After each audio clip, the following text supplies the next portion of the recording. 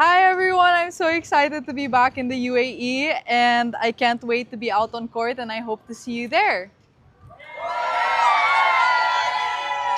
Welcome to our tactical breakdown of the opening round at the Abu Dhabi Open. Today, we're analyzing the matchup between Alexandra Eala and Zeynep Sonmez. Two players at very different points in their development, but both coming off meaningful recent results. This is a first-round match that carries implications for both players' 2026 trajectories. Let me start with the context. This is a WTA 500 event, which sits in the middle tier of professional tennis. It's significant for ranking points and prize money, particularly for players positioned between 30 and 100 in the world. Both Eala and Sonmez fall into that range where every match outcome affects seeding for future tournaments. Eala enters this match ranked around 49. She's the higher-ranked player and therefore carries the expectation to advance. Sonmez is ranked 1 to 12, making her the underdog on paper. However, rankings only tell part of the story. Form, recent results, and head-to-head history all factor into how a match actually plays out. They've met twice before. Eala won both times 6-1, 6-3 at Eastbourne qualifiers on grass in 2024 and 7-6, 6-4 at Nantes on indoor hard courts in 2023. The Eastbourne result was one-sided, suggesting Eala's game translates well to grass. The Nantes match was much tighter, indicating Sonmez can compete on hard courts when conditions favor baseline exchanges. Abu Dhabi's courts are outdoor hard, medium-paced. That puts this matchup somewhere between those two previous encounters. In terms of conditions, the question is which version of their rivalry we'll see, the dominant Eala from Eastbourne or the competitive battle from Nantes. Let's break down Eala's game. She's a left-handed player who came through the Rafael Nadal Academy system. That background is evident in her playing style. She emphasizes court coverage, consistent depth, and heavy topspin from the forehand side. The lefty aspect gives her natural tactical advantages against right-handed opponents. Her primary weapon is the cross-court forehand. When she loads up on that shot, it generates significant spin that kicks up and away from right-handers' backhands. This is especially effective when she serves out wide on the ad court and follows with that cross-court forehand pattern. It's a fundamental tennis tactic, but she executes it at a high level. The main question about Eala's game is consistency. Her 2025 season showed she can beat elite players. The Miami semifinal run included wins over top-tier opponents. But she's also had early exits at tournaments where she was expected to go deeper.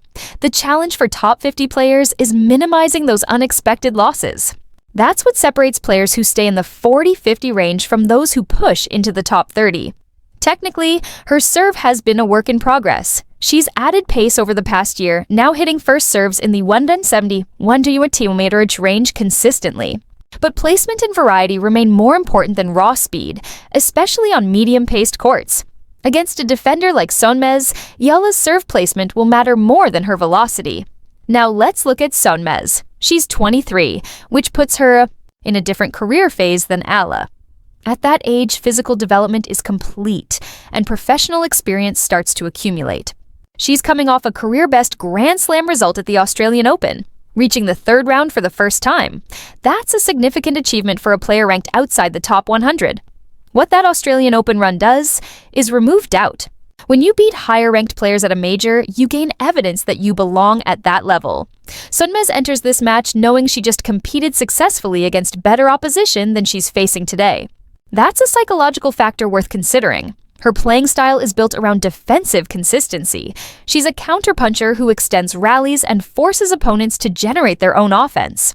Against aggressive baseliners, her strategy is to absorb pace and redirect it. She doesn't overpower opponents, she outlasts them. That approach requires excellent fitness and mental discipline. The tactical matchup favors Eala if she executes her game plan. She should dominate from the baseline using her forehand to move. Sonmez laterally. The key is changing direction, hitting cross-court until Sonmez is pulled wide, then going down the line to the open court. Standard tactics, but effective when executed properly. Sonmez's path to victory requires forcing Eala into extended rallies. If she can neutralize Eala's forehand by keeping the ball deep to the center of the court, she prevents those wide angles from opening up. The longer the rallies go, the more opportunity Sonmez has to draw errors. She needs to make Eala work. for every point and bet on her own superior conditioning over 3 sets. One interesting dynamic: they've been doubles partners. When you've played with someone, you learn their decision-making patterns under pressure. Both players will have insights into the other's tendencies that wouldn't exist from just playing against each other. This could lead to a more tactical match than the rankings suggest. The conditions in Abu Dhabi matter. The courts are faster than clay, but not as fast as grass. The dry desert air makes the ball travel through the air more quickly than in humid conditions. This slightly favors the aggressive player, in this case, Eala. But it also means Sonmez's flat ground strokes will have extra pace, which could trouble Eala if she's not moving well. From a career perspective, this match carries different weight for each player. For Eala, it's about meeting expectations. As the higher seed, she should advance. Failing to do so would raise questions about her ability to handle favorite status. A comfortable win validates her ranking and sets up a potential second-round match against a seeded player. For Sonmez, this is a free swing. She's the underdog. With nothing to lose, a loss is expected. A win would be a significant upset that builds on her Australian Open momentum. That psychological freedom can be an advantage. She can play aggressively without the burden of expectation. The head-to-head history gives Eala a mental edge, but it's worth noting that both previous matches occurred when Sonmez was ranked lower and before her recent results. The player who reached the third round in Melbourne is likely more confident than the player who lost 6-1, 6-3 at Eastbourne. Eala needs to treat this as a fresh matchup, not rely on past results. Tactically, Eala should focus on 3 things: serve placement to set up forehand patterns, aggressive court positioning to take time away from Sonmez, and coming forward when opportunities present themselves. She can't let this match become a defensive grind. That plays into Sonmez's strengths. Sonmez should target Eala's backhand, keep the ball deep to prevent aggressive positioning, and be willing to use variety, drop shots, slices, changes of pace to disrupt rhythm. If this becomes a straight baseline power contest, Eala has the advantage. Sonmez needs to make it tactical and physical. The broader context is that both players are trying to establish themselves as consistent, tour-level competitors. Eala is working to solidify top 50 status and push toward the top 30. Sonmez is trying to break into the top 100 permanently and prove she can compete week to week at the WTA level. This match represents a step in those respective journeys. One technical detail to watch: how each player handles the transition game. When a short ball appears, does Eala move forward and finish at net, or does she stay back and go for a big ground stroke? When Sonmez gets a chance to attack, does she take it, or does she play conservatively and wait for a better opportunity? Those small decisions accumulate over the course of a match. The scheduling puts this match early in the tournament, which means both players are relatively fresh. Fatigue won't be a factor, which slightly favors the more talented player, Eala. If this were late in the week with multiple matches in their legs, Sonmez's superior fitness might become more relevant. Looking at probable outcomes, Eala should win in straight sets if she plays to her ranking. Something like 6-3, 6-4 would reflect the quality gap without being a complete blowout. If Sonmez can extend it to a third set, then her conditioning and mental toughness give her a real chance. But getting to that third set requires winning a close second set, which demands high-level execution under pressure. The winner faces a likely second-round match against a seeded player. That's where the tournament really begins for both of them.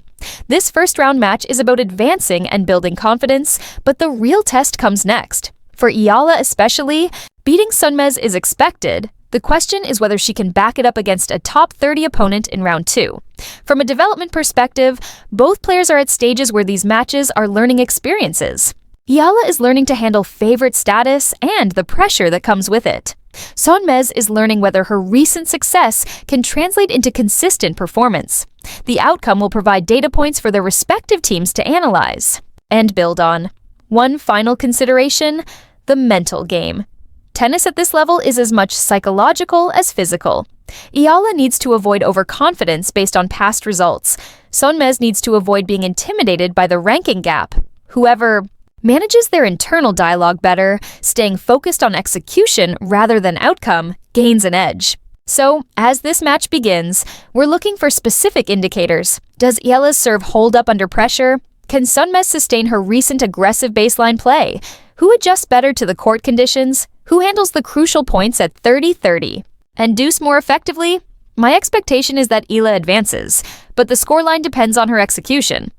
If she plays clean, focused tennis, it could be over in 75 minutes. If she's tentative or Sonmez raises her level, this could stretch past 2 hours and become genuinely competitive. That's the setup for this opening round encounter. It's a matchup between a rising top 50 player and a determined challenger coming off a career best result. The ranking gap suggests a clear favorite, but recent form and psychological factors make it more interesting than it appears on paper. We'll analyze the actual match once it's complete, looking at tactics, key moments, and what it tells us about each player's development. For now, the expectation is straightforward. Eala should win, and how she wins will tell us whether she's ready for a deep run in Abu Dhabi.